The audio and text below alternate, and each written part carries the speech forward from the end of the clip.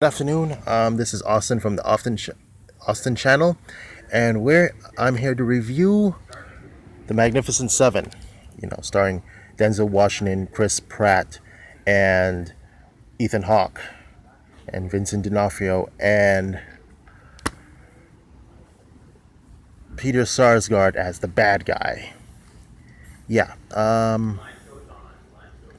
Thing is that The Magnificent Seven, it starts in the small town of Rose Creek, year 1879, which is like typical of most westerns. It's set in the years after the Civil War, and they're having a town meeting in the church, about what to do with handling the bad guy, Bartholomew Bogue, played by Peter Sarsgaard, and I gotta say he does a good job as the bad guy. I mean, okay, yeah, Bogue is no Calvera. I mean, if you remember Eli Wallach in the 1960 original, but I don't know. I mean, he only has three scenes. That's pretty much the same amount of scenes that Eli Wallach had. Peter Sarsgaard only has three scenes in the movie. He has where he attacks the town, where they tell him about the Magnificents showing up and thwarting his plans, and he's angry.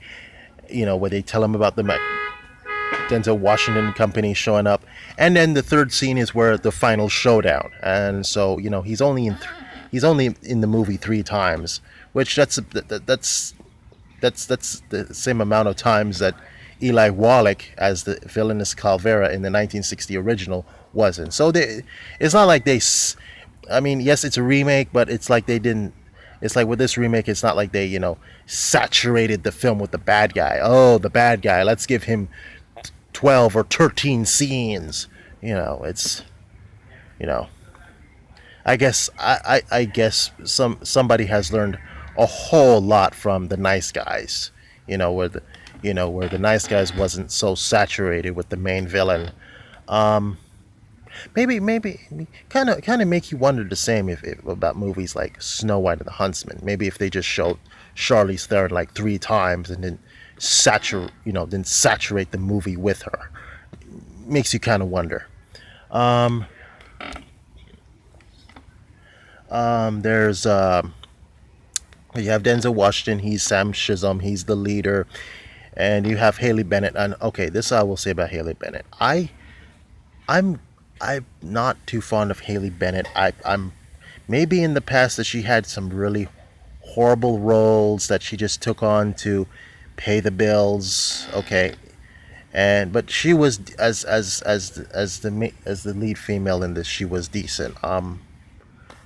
She did a good job. Okay, you know what? I'm just gonna put Hardcore Henry behind me.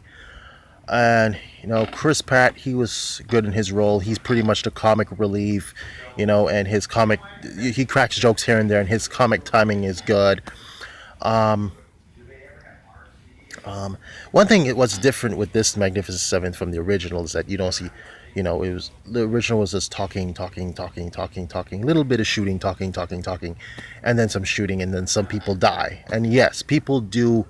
Some of the crew does die. I don't want to get too much into spoilers of who dies, but it it it, it it's pretty disappointing. Like, damn it, they had to kill this character, but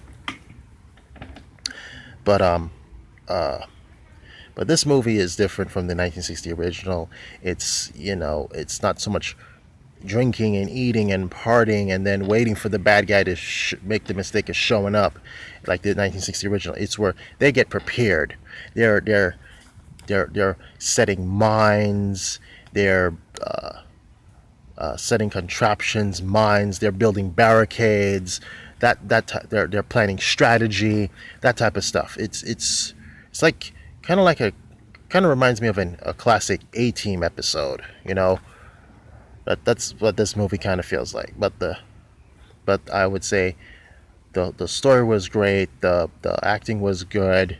Um, everyone stood out, including Haley Bennett, who I'm not particularly a fan of. Well, okay, maybe this movie maybe this movie softened me up towards her, and maybe Girl on the Train will soften me up even more.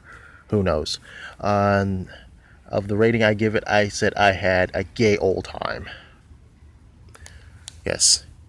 I mean, I can't say classic because the original was a classic, but that would be an overstatement if I gave this film a classic rating. But that's my review, and you have a good one.